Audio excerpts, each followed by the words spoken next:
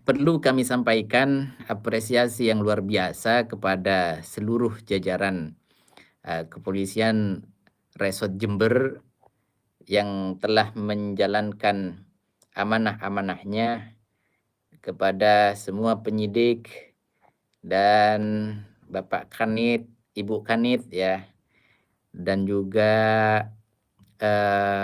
para lawyer-lawyer saya yang dipimpin oleh Bismillahirrahmanirrahim. Assalamualaikum warahmatullahi wabarakatuh. Alhamdulillahilladzi arsala rasulahu bil huda wa dinil haq liyudhhirahu 'alad dini kulli wa kafa billahi syahida. Qala an-nabiy sallallahu alaihi wasallam man ahdasa fi amrina ma laysa minhu fahuwa raddun. Wa qala aidan wa kullu bid'atin dalalah wa kullu dalalatin finnar. Kembali bersama saya Zulkarnain El-Maduri. Ini saya mau mengangkat lagi ya kasusnya Ustadz Fahim. Meskipun beliau itu tajam, bahkan tajam setajam silet kepada saya itu dulu. Tapi saya tidak merasa dirugikan karena bagaimanapun Ustadz Fahim itu ya buat kebaikan saya ke depan gitu. Itu sudah pasti.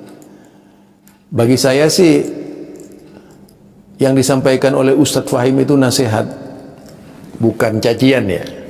Karena saya lebih positif kepada hamba Allah itu tidak pernah negatif. Ya, berbeda dengan tetangga sebelah yang selalu negatif gitu. Nggak mau baik ini. Cuma permasalahannya ini sesama aswaja gitu. Kalau menurut informasi dari sahabat saya, Ustadz Fahim itu termasuk NU garis lurus. Menurut sahabat saya itu Firman Ali Mirsa ya, orang Pamekasan yang sempat dikritisi tajam oleh Fahim juga gitu. Cuma menurut saya ya nasihat saya kepada Ustadz Fahim ya tabayun. Jangan sampai menjerumuskan diri ke dalam kebinasaan. Wala tulqu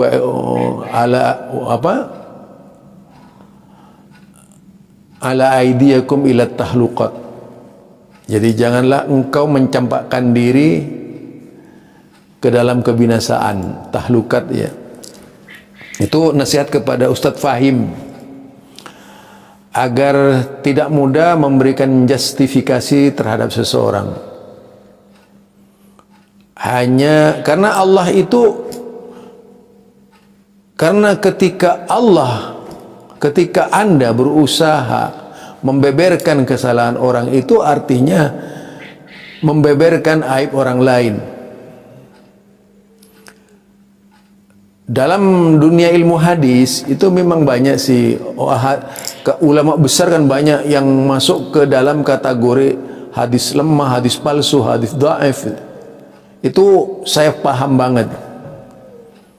Tetapi ini dalam konteks sekarang ini ya, keadaan seperti sekarang ini, kondisi yang runyam, situasi yang tidak menentu, umat Islam berada di tengah pusaran permasalahan, kemudian ketidakmengertian agama, itu menjadi sesuatu yang terpadu. Ini nasihat saya kepada Ustadz Fahim. Kalau hanya ingin memuaskan diri dengan ocehan kita, itu saya terlalu bisa mengikuti hawa nafsu. Terus hasilnya apa gitu?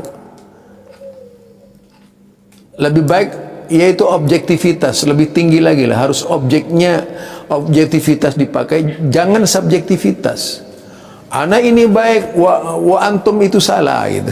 Jangan begitu Ustadz Fahim. Nah kalau ini muncul misalnya, kalau salah beneran nggak apa-apa, karena seringkali yang terjadi itu subjektivitas gitu, yang terjadi. Itu jadi berkaitan dengan kasusnya Fahim, Saya justru beda dengan yang lain tuh, karena ini menyangkut keluarga. Menyangkut keluarga, saya punya contoh Nabi Nuh alaihissalam. Saya pernah menyatakan juga, menceritakan di YouTube itu, Nabi Nuh istri alaihissalam ini istrinya tukang fitnah.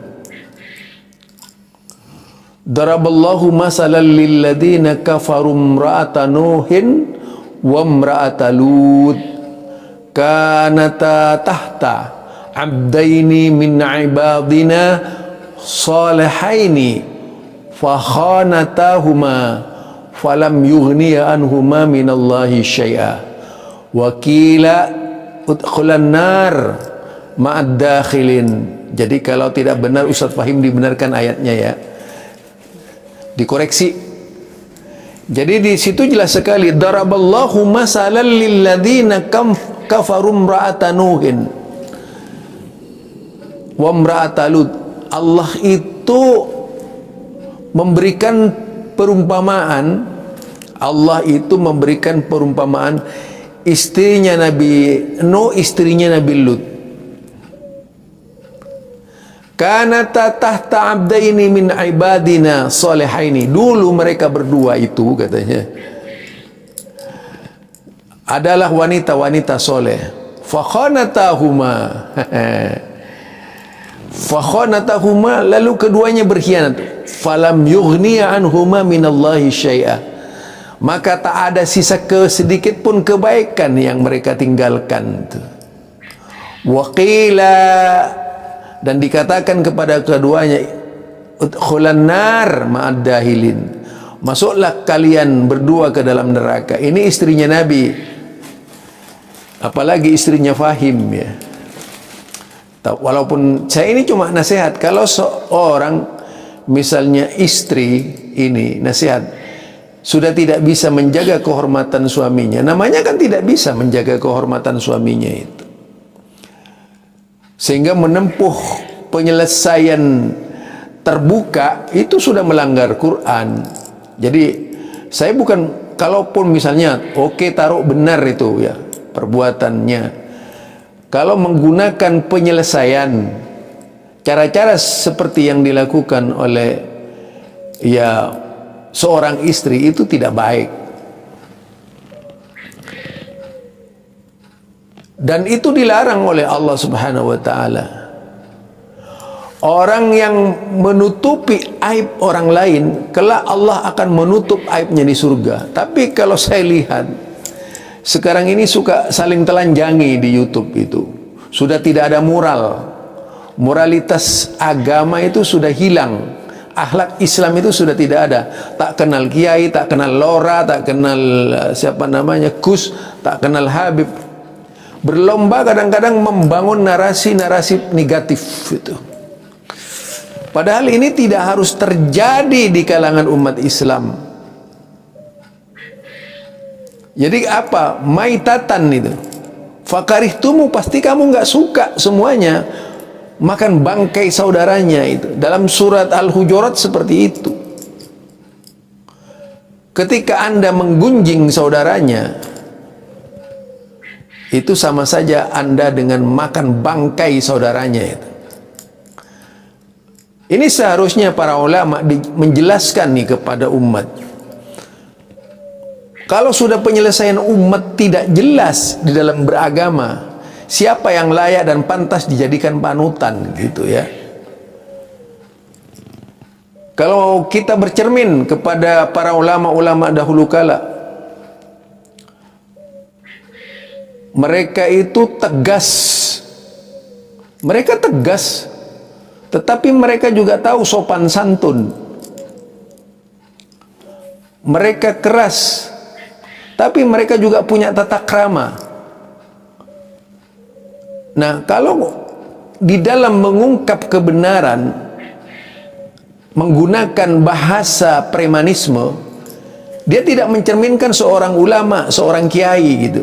Tapi dia lebih tepat dikatakan yaitu preman.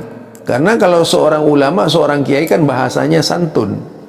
Kalau dilihat di sepanjang jalan sejarah Islam, ulama itu santun-santun walaupun menghadapi kekerasan. Imam Ahmad bin Hambal kurang apa? Imam Abu Hanifah kurang apa? Mereka tegas tapi sopan gitu. Padahal kepada penguasa itu. Apalagi Ibnu Taimiyah ketika mati di penjara. Kalau lain mereka ini, ketika siapa? Ketika Imam Abu Hanifah meninggal di penjara, tidak ada yang kemudian menghina, memaki. Tapi kalau ketika Ibnu Taimiyah meninggal di penjara, ya orang-orang sekarang ini yang ngaku-ngaku ulama maki-maki dia. Termasuk misalnya Sirajuddin Abbas di dalam bukunya 40 masalah agama ya. Itu maki-maki dia gitu. Seolah-olah ilmunya sudah banyak, padahal ilmunya ya sebatas itu saja ya. Di dalam dunia Islam ini memang tidak dibenarkan mengumpat, kecuali membalas itu boleh setimpal dengan umpatannya, sesuai dengan perintah Quran juga, seimbang gitu, membalas dengan seimbang. Ini jadi peristiwa Ustadz Fahim ini kalau kita kategorikan ini kan sama-sama aswaja. Coba bayangkan, lucunya lagi dalam kasus Ustadz Fahim ini kok bawa-bawa Wahabi gitu. Sudah jelas Ustadz Fahim itu dari mereka ya, kelompok mereka. Kemudian bawa-bawa Wahabi seperti Sani misalnya, dia bawa-bawa Wahabi karena memang kalap, dia memandangnya sudah tidak didasarkan kepada ilmu tapi kepada kebencian. Dulu demikian juga ketika peristiwa Pondok Pesantren As-Siddiqiyah, kelompok-kelompok sebelah ini lucu-lucu gitu, diarahkan kepada Wahabi. Artinya sudah tidak objektif mereka ini. Padahal sudah jelas mereka ini pengagum bid'ah hasanah. Sudah tanya sendiri kepada siapa namanya Fahim itu, dia pengamal bid'ah hasanah. Ya Ustadz Fahim jelaskan itu, jujur antum kan, antum pengamal bid'ah hasanah kan, dia tanya pasti dia gitu. Jadi kalau sesama pengamal bid'ah hasanah memaki-maki, saling maki gitu ya, saling merendahkan, yang Sani oke, Sani oke katanya, yang Sani oye merendahkan, kemudian yang Zakka juga merendahkan. Alhamdulillah saya tidak termasuk kepada yang merendahkan. Karena saya cuma memberikan nasihat. Dari awal saya memberikan nasihat. Walaupun ada kus-kus, kelompok kus-kus itu marah, bahkan kayaknya ada yang bangga ya, tidak terima ceramahnya Ustadz Fahim yang terlalu kritis terhadap misalnya Said Akil Syirot, misalnya terhadap siapa-siapa yang tidak disukainya. Wong saya juga oleh beliau itu dikritik dengan keras, tapi saya nggak sakit hati. YouTuber ya harus siap menerima kritikan. Ya, YouTuber harus siap. Orang yang berbicara di YouTube siapapun dia itu harus siap menerima kritikan gitu. Jadi saya cuma mengabarkan mengenai ayat tadi jelas sekali. Daraballahu masalan lilladzina kafaru imra'ata nuhin wa imra'ata lut kanata tahta 'abdaini min 'ibadina salihaini faqanatahuma falam yughniya anhuma minallahi syai'a wa qila idkhulan nar ma'ad dakhilin. Tuh ya. Jadi istri Nabi bukan istrinya Fahim. Istri Nabi saja masuk neraka kok. Jadi ini istri Nabi Lut, Nabi Nuh, kedua-duanya dimasukkan ke neraka. Ini bukti ya dari Al-Quran, istrinya Nabi, bukan katanya-katanya ini ya. Dimana kedua istri Nabi, bahkan anaknya Nabi Nuh alaihissalam, Kan'an, termasuk salah satu orang yang dimasukkan ke dalam neraka itu. Anaknya Kan'an ya. Sehingga sampai sekarang ada negeri Kan'an ya. Ini perlu diwaspadai. Artinya perbuatan melawan hukum dan masyarakat itu memang harus ditegakkan kalau benar. Tetapi kalau hanya bersifat tuduhan, itu yang kemudian kita juga ada al-humazah, ada lumazah kita ini. Umumnya kita menjadi pengumpat pelaknat ya. Padahal wailul likulli humazatil lumazah. Itu kayaknya al-humazah wal lumazah ini bertebaran di internet itu. Sudah hilang nilai-nilai Quran dari jiwa kita. Patriot muslim itu sudah nggak ada lagi. Yang ada itu patriot tukang fitnah. Tukang fitnah. Bikin fitnah. Saya saja dikatakan mau motong videonya siapa dipotong gitu. Nggak pernah saya motong-motong video. Kalaupun mau dibaca, mau diulas secara tuntas dari awal sampai akhir ya begitu yang disampaikan wong saya itu ngambil dari video lengkapnya ya. Yang sama-sama dari awal sampai akhir makin amburadul kalau kita baca ya. Aduh, dan kalaupun memotong saya mengambil dari potongan-potongan kelompok lain tuh. Banyak sekali. Jadi menurut saya ini klarifikasi saja kepada orang-orang yang suka ngumpat bangga dengan apalagi memaki-maki Wahabi. Berapa dosanya orang-orang yang maki Wahabi itu kepada Syekh Muhammad bin Abdul Wahab. Berapa dosanya orang-orang yang maki-maki Wahabi itu. Coba kalau mereka dimaki-maki, laporan.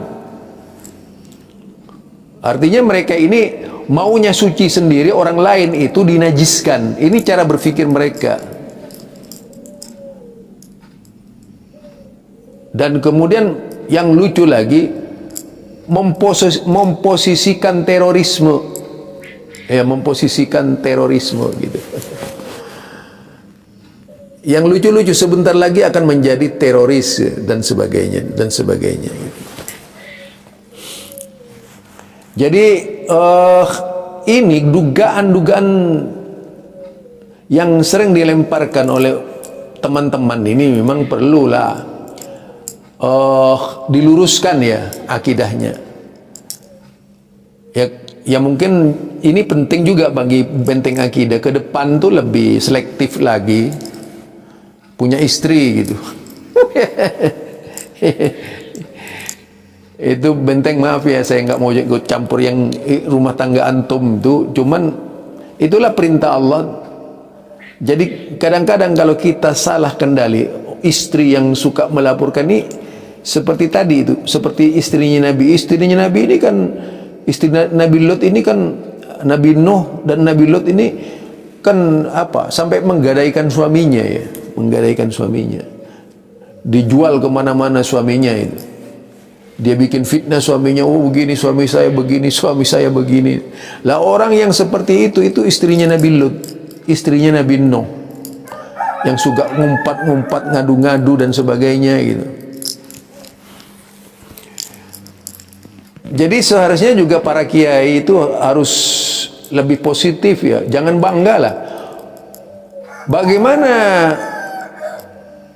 istilah daging innamal mu'minuna ikhwatun atau al muslimu alal akhul muslim itu kan artinya muslim kepada yang muslim yang lain itu kal jazadi, seperti satu tubuh gitu. Apabila rasanya sakit ikut sakit. Ini enggak. Muslim misalnya ada seorang muslim yang sakit, ini makin diinjak-injak gitu. Makin diinjak-injak, dihina dan sebagainya. Dan seolah-olah yang menghina itu tidak berdosa. Apa? Melampiaskan dendam, sakit hati. Dalam Islam itu bukan dendam yang didahulukan. Ini semua para kus ini, pengembang-pengembang berita hoax ya. Janganlah kemudian bangga dengan sebutan Gus kalau masih memaki-maki umat gitu. Jangan kemudian bikin tuduhan kepada orang lain. Ingat loh, yang peristiwa yang sering terjadi istilah-istilah yang tidak benar itu seperti pencabulan dan sebagaimana itu selalu terjadi dalam kelompok antum. Ya. Jadi berkali-kali itu dahulu itu saya masih pernah ngikuti penataran dai yang masih muda itu. Sekitar tahun 80-an ya, kalau nggak salah 86 berapa ya, saya pernah ikut tuh penataran dai di Surabaya. Kebetulan yang ceramah salah satu pengisi materi dari kepolisian tuh, Kapolda kalau nggak salah pada waktu itu ya, yang mengisi itu karena sudah tahunnya lama banget ya peristiwa itu. Saya tidak tahu peristiwanya itu apa di Bangkalan, di Madura, nggak tahu itu. Jadi polisi ini melaporkan, polisi ini menceritakan kepada para asyatid, para dai, dengan ucapannya beliau lemah lembut, cuman beliau minta itu supaya ustadz itu menjaga norma-norma agama,